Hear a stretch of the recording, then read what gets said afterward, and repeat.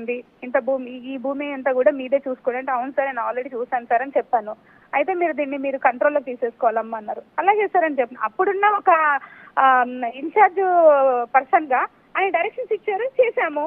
ఇప్పుడు కూడా మొన్న ఎమ్మెల్యే గారు, లోకల్ ఎమ్మెల్యే గారు, మా ఎమ్మెల్యే బొండ ఉమ సారు చెప్పారు, అమ్మా ఎలక్షన్ ఒక 2 రోజులు ఆపండి అమ్మా అన్నారు. సరే సరే అని 2 రోజులు ఎలక్షన్ ఆపిన. మరి వాళ్ళు చెప్పింది విన్నాను, వీళ్ళు చెప్పింది పొలిటికల్ ఆఫీసర్ అయ్యాను. గవర్నమెంట్ ఆఫీసర్స్ ఎందుకు పొలిటికల్ ఆఫీసర్ అవుతారు సార్? ప్రతి ఒక్కరికి పని చేయాల్సిందే. అయితే నేను 5 ఏళ్ళు పని నేర్చుకోకుండా నాకు ఊరికి జీతం ఇస్తారా? అరే ఎవరు మా ఆఫీసర్ ఇలా పని చేయించుకోవాలి ఎవరు వచ్చినా సరే. నాకు పర్సనల్ ఇంట్రెస్ట్ ఏముంటుంది సార్? నేను పనిచేస్తుంది ఎండోమెంట్ డిపార్ట్మెంట్కి. నాకు వాళ్ళతో వీళ్ళతో ఏం పర్సనల్ ఇంట్రెస్ట్ ఉంటుంది? అప్పుడున్న వాళ్ళు పిలిచారు కాబట్టి, వాళ్ళు ఫైల్ తెమ్మన్నారు కాబట్టి వాళ్ళు తీసుకెళ్ళినాము. ఇప్పుడున్న వాళ్ళు కూడా మా ఆపండి అమ్మ అన్నారు, ఎలక్షన్ ఆపాము. ఎవరు చెప్పినా పని చేస్తా ఉన్నాము. కాదండి, ఎమ్మెల్యే గారిని వెళ్ళి కలిస్తే పెద్ద బూతుగా రాస్తారు ఆంధ్రజ్యోతి. ఆయన ఏం కలవకూడదా?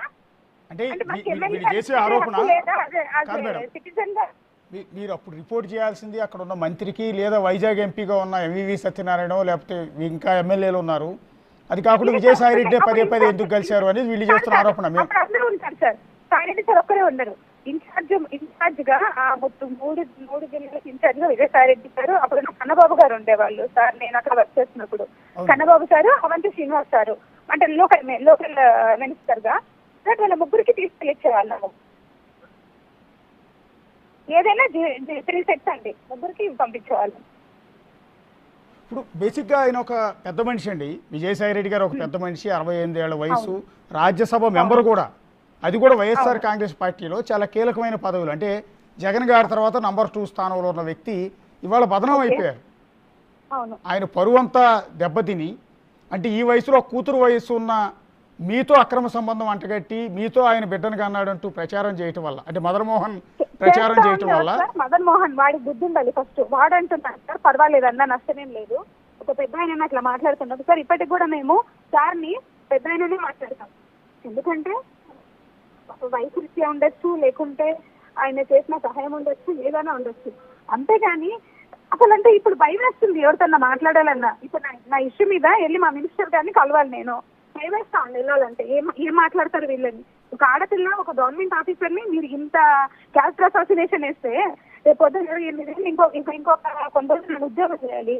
అప్పుడు నేను ఎవరికి పోయి కలవకూడదు, ఇంకా బయట నిలబడి మాట్లాడాలా, బయట నిలబడి మాట్లాడాలా. మరి ఇంకో విషయం ఇచ్చారా, ఇప్పుడు పార్టీ అంటున్నారు కదా. లాస్ట్ టైము నేను కడుపుతో ఉన్నప్పుడు మా మా పాత మినిస్టర్ గారిని వెళ్ళి కలిసాను. 15 నిమిషాలు వెళ్తే మాట్లాడాను కడుపుతో ఉన్నా కూడా నేను.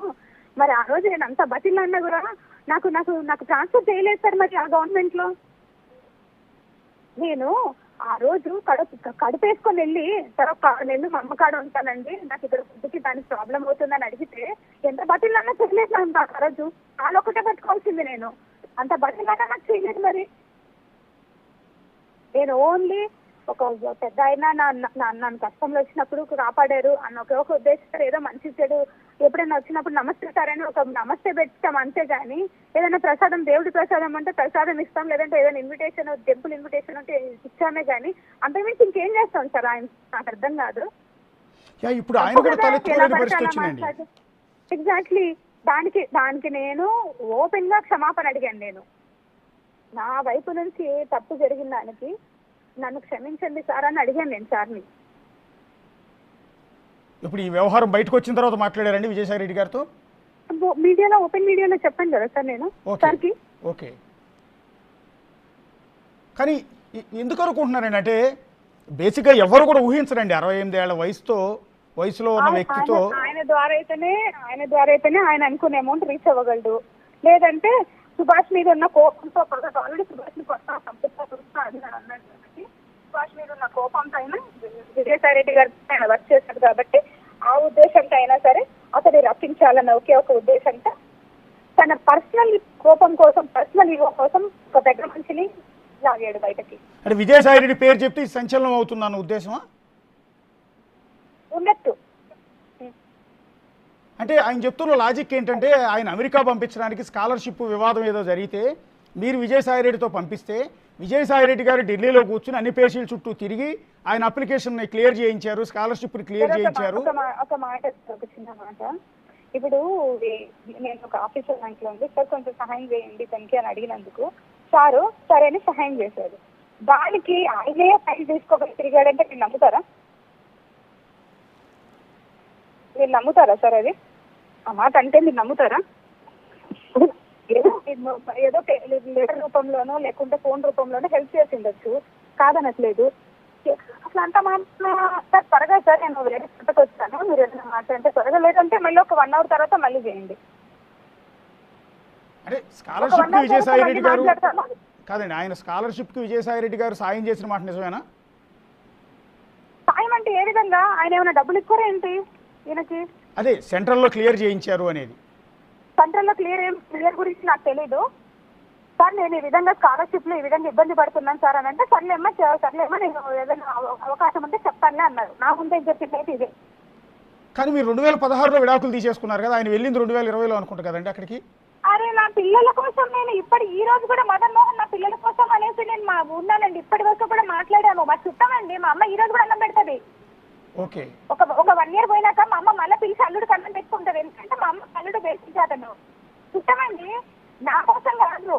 బేసిక్ గా ఒక 1 year తర్వాత కూడా మళ్ళీ మా అమ్మ ఇంత జరిగినా మళ్ళీ మా అమ్మ ఇంటికి వస్తే అన్నం పెట్టాల్సిందే. వాళ్ళకి కానీ వాళ్ళ చుట్టాలకు కానీ వాళ్ళ ఎవరికైనా సరే.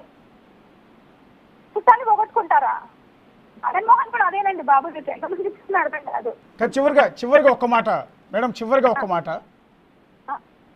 ఒకే ఒక ప్రశ్న. అంటే విజయసాయిరెడ్డి ముసలోడు అయిపోయాడు, ఇంకో 10 ఏళ్ళు ఆగితే చచ్చిపోతాడు, అతని ఆస్తి అంతా మనకు వస్తుంది, సైలెంట్గా ఉండని మీరు అన్నారు అని. చెప్పుతో కొట్టండి. అసలు ఏం మాట్లాడండి, గవర్నమెంట్ ఆఫీసర్లు పెట్టుకొని ఇద్దరు గవర్నమెంట్ ఆఫీసర్లు నేను ఆయన అసలు చచ్చిపోతాడు ఏం మాటలేవి? మా ఏది పని పాటలే కదా ఈ మాటలని. అయ్యండి అతనికి పీస్ఫుల్ గా మీ మీడియా ద్వారా ఒకటి పీస్ఫుల్ గా తన బిడ్డల్ని తీసుకుని తనకి ఏం కావాలనో తను మా అమ్మ మా నాయనతో మాట్లాడుకుంటాడో, లేకపోతే మా చిన్నాయన గారు వస్తున్నాడు ఇప్పుడు ఒక ఆయన అనేసి హైకోర్టు అడ్వకేట్, మా చిన్నాయన మా ఎస్సీ కమిషన్ అడ్వకేట్ ఆయన, మా మామ ఉన్నాడు, మా వెలుగు మామ ఉన్నాడు, వాళ్ళిద్దరు ద్వారా వెళ్తున్నా. అంటే డిఎన్ఏ టెస్ట్ కావాలంటూ ఉన్నాడు. మరి సుభాష్ రెడ్డి గారిని ఏమైనా ఒప్పించే ప్రయత్నం ఉంటుందా? ఆ ప్రొవిజన్ ఉంటుందా కోర్టులో ఏమన్నా? ఏమవసరం, అవసరం ఉంటే చేయించుకుంటాను నేను.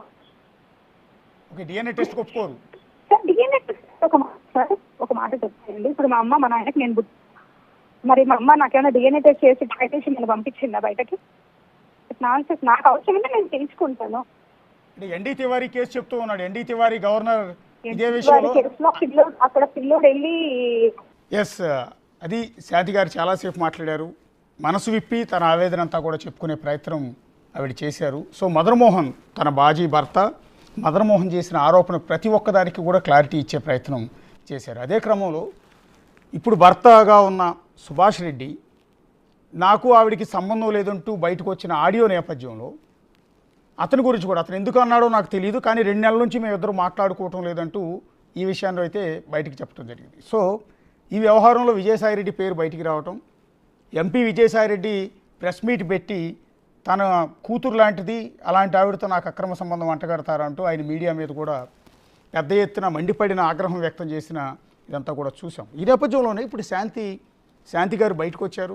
బిగ్ టీవీ ముందు మొత్తం ఉద్యోగానికి సంబంధించి ఫేస్ చేసిన ప్రాబ్లమ్స్, తన భర్త తనను ఏ విధంగా ఇబ్బంది పెట్టాడు, ఏ విధమైన పరిస్థితుల్లో తాము విడిపోవాల్సి వచ్చింది, ఏ విధంగా సుభాష్ రెడ్డిని పెళ్లి చేసుకోవాల్సి వచ్చిందనే అన్నిటికీ కూడా ఆవిడ సమాధానం చెప్పే ప్రయత్నం చేశారు. ప్రస్తుతం సుభాష్ రెడ్డి పరిస్థితికి మాత్రం ఎందుకు సుభాష్ రెడ్డి ఈ టైంలో, ఈ కష్టకాలంలో, ఈ క్లిష్టమైన ఈ పరిస్థితుల్లో ఎందుకు సుభాష్ రెడ్డి, ఆవిడ భర్త అయిన సుభాష్ రెడ్డి ఎందుకు అండగా నిలవట్లేదు?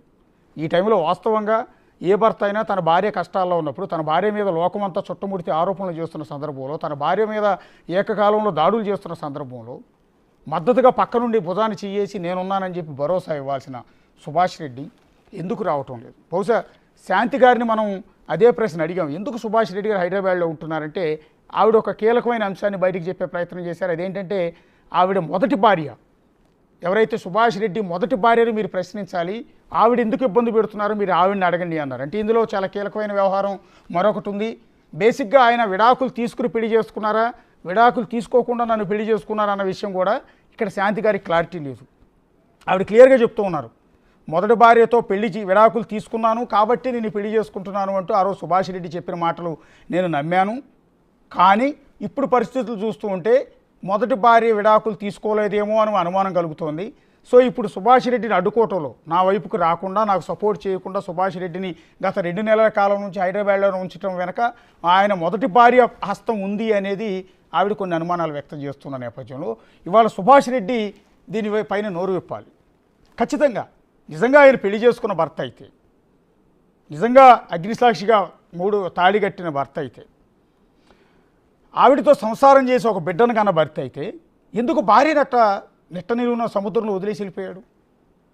ఎందుకు వదిలేసి వెళ్ళిపోయాడు అనేది సుభాష్ రెడ్డి ఇక్కడ సమాధానం చెప్పాలి. ఖచ్చితంగా ఆయన ఒక లాయర్, నలుగురికి న్యాయం చేయాల్సిన ఒక న్యాయవాది తన భార్య కష్టాల్లో ఉంటే తనతో బిడ్డను కానీ సంసారం చేసి ఈరోజు అవమానాలు పాలవుతూ ఉన్నా, అనేక దాడులకు గురవుతున్న, వ్యక్తిత్వ హననానికి గురవుతూ ఉన్నా తన భార్య కష్టాల్లో ఉంటే సుభాష్ రెడ్డి ఎందుకు హైదరాబాద్లో దాక్కుంటూ ఉన్నారు? ఎందుకు అజ్ఞాతంలో ఉంటూ ఉన్నారు? నిన్న వాస్తవానికి సుభాష్ రెడ్డి కోసం మేము కూడా మాట్లాడే ప్రయత్నం చేశాం, కానీ ఆయన ఎక్కడ కూడా దొరకటం లేదు. ఫోన్ ఎత్తుతున్నారు, పలానా బిగ్ టీవీ నుంచి కాల్ చేస్తున్నాం అనగానే కట్ చేస్తున్నారు. ఎందుకు ఆయన రహస్యంగా ఉంటున్నారు? ఈ టైంలో ధైర్యంగా ముందుకు రావాలి కదా. లేకపోతే ఆయన ఆల్రెడీ తన భార్యా పిల్లలు ఉండగా, ఎందుకంటే ఫోన్ ఆడియోలో ఆయన చెప్తూ ఉన్నారు నాకు ఫ్యామిలీ ఉంది అని, భార్యా పిల్లలు ఉండగా మళ్ళీ నమ్మించి మోసం చేసి శాంతి గారిని ఏమైనా పెళ్లి చేసుకున్నారా?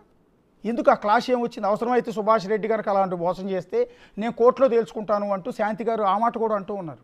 అంటే ఏం జరిగింది తెర వెనక? ఎందుకు సుభాష్ రెడ్డి ఆల్రెడీ భార్యా పిల్లలు ఉండగా విడాకులు తీసుకోకుండా రెండో పెళ్లి ఎందుకు చేసుకున్నారు? అది కూడా ఒక రెడ్డి, సుభాష్ రెడ్డి, ఒక అగ్రకులానికి చెందిన సుభాష్ రెడ్డి, ఒక ఎస్టీ ట్రైబ్కి చెందిన ఒక గిరిజన మహిళను మోసం చేసి ఎందుకు పెళ్లి చేసుకున్నారు? ఎందుకు ఆవిడతో బిడ్డను కన్నారు? ఈరోజు అదే గిరిజన మహిళ కష్టాల్లో ఉంటే, అవమానాలు పాలవుతుంటే భర్త అయిన అగ్రకులానికి చెందిన సుభాష్ రెడ్డి ఎందుకు ఆవిడికి సపోర్ట్ చేయట్లేదు? దీనికి సమాధానం చెప్పాలి. ఒక్కసారి సుభాష్ రెడ్డి గారిని మాట్లాడించే ప్రయత్నం ఫోన్లో చేద్దాం. ఆయన నంబర్ కూడా ఉంది మన దగ్గర, ఒకసారి ట్రై చేయండి.